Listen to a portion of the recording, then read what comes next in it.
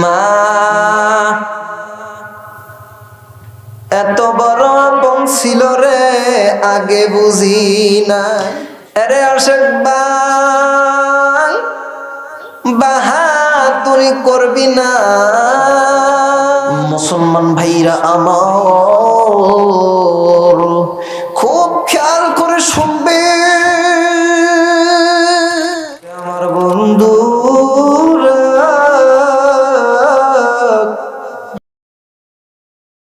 আমি এবার যেই কণ্ঠটা শোনাবো সেটা হলো মাওলানা আব্দুল খালেক শরীয়তপুরী। মাশাআল্লাহ। মুসলমান ভাইরা আমার খুব খেয়াল করে শুনবে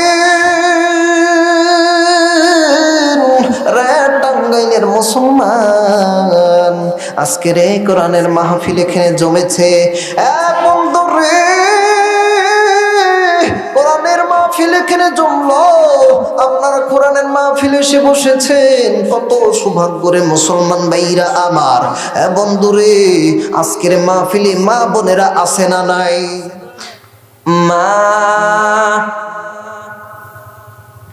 এত বড় আপন ছিল রে আগে বুঝি নাই।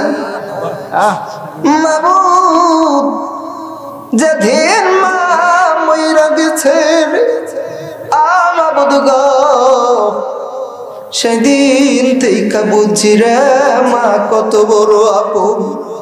মাবুদ গো আমার মারা জান্নাত দিন। যুবক ভাইরা যারা মাহফিল আইসা বসছো, আমি জানি এখানে অনেকের মা নাই। এ যুবক ভাইরা কার মা মইরা গেছে আমার মতো কারা ইয়াতিম রে ভাই।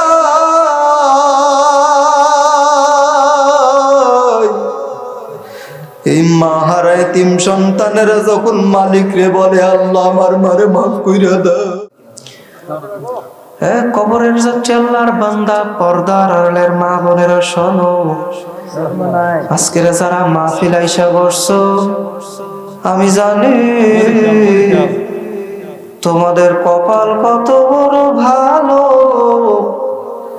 তাই তোমাদেরকে মালিক কবুল করছে।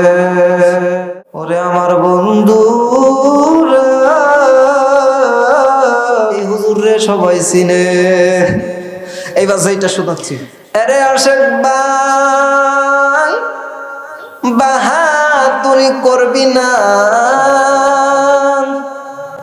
এত বড় নিয়ামত আমার মাওলা দিছে রে, আজ গ্রামের ভিতরে কত বড় নিয়ামত পাইছ রে। কোরআনের মাহফিল জমাইতে পারলি রে, কিন্তু কপাল পোড়া কোরআনের মাহফিল চইলা গেল। এত বড় সুযোগ যাওয়ার পরে অনেকেই নিমুখ হারাম আছে, কপাল খারাপ ছিল আজও খারাপ থেকে গেল, ঠিক কিনা? যাক আলহামদুলিল্লাহ। সম্মানিত ভাইরা, রাত প্রায় 12টা বেজে গেছে। এতক্ষণ পর্যন্ত আপনারা যারা কোরআনের এই ময়দানে বসেছিলেন, আমি মনে করতেছি আল্লাহ আপনাদের কবুল করে নিয়েছে। আমিন। আর যারা এখনো পর্যন্ত বাড়ির ভিতরে ছিলেন, মেহমানদারি করিয়াছিলেন, আমি জানি না এদের কপাল কতটা ভালো। এত সময় ধরে যারা এখানে ছিলেন, আমি মনে করছি আল্লাহ সুবহানাহু ওয়া তাআলা আমাকে এবং আপনাকে কবুল করেছে। তা না করলে আপনি এখানে থাকতে পারতেন, এটা আমি বিশ্বাস করি না। বা আপনি বলতে পারেন হুজুর কণ্ঠগুলো নকল করছেন, এগুলো জায়েজ নাকি হারাম?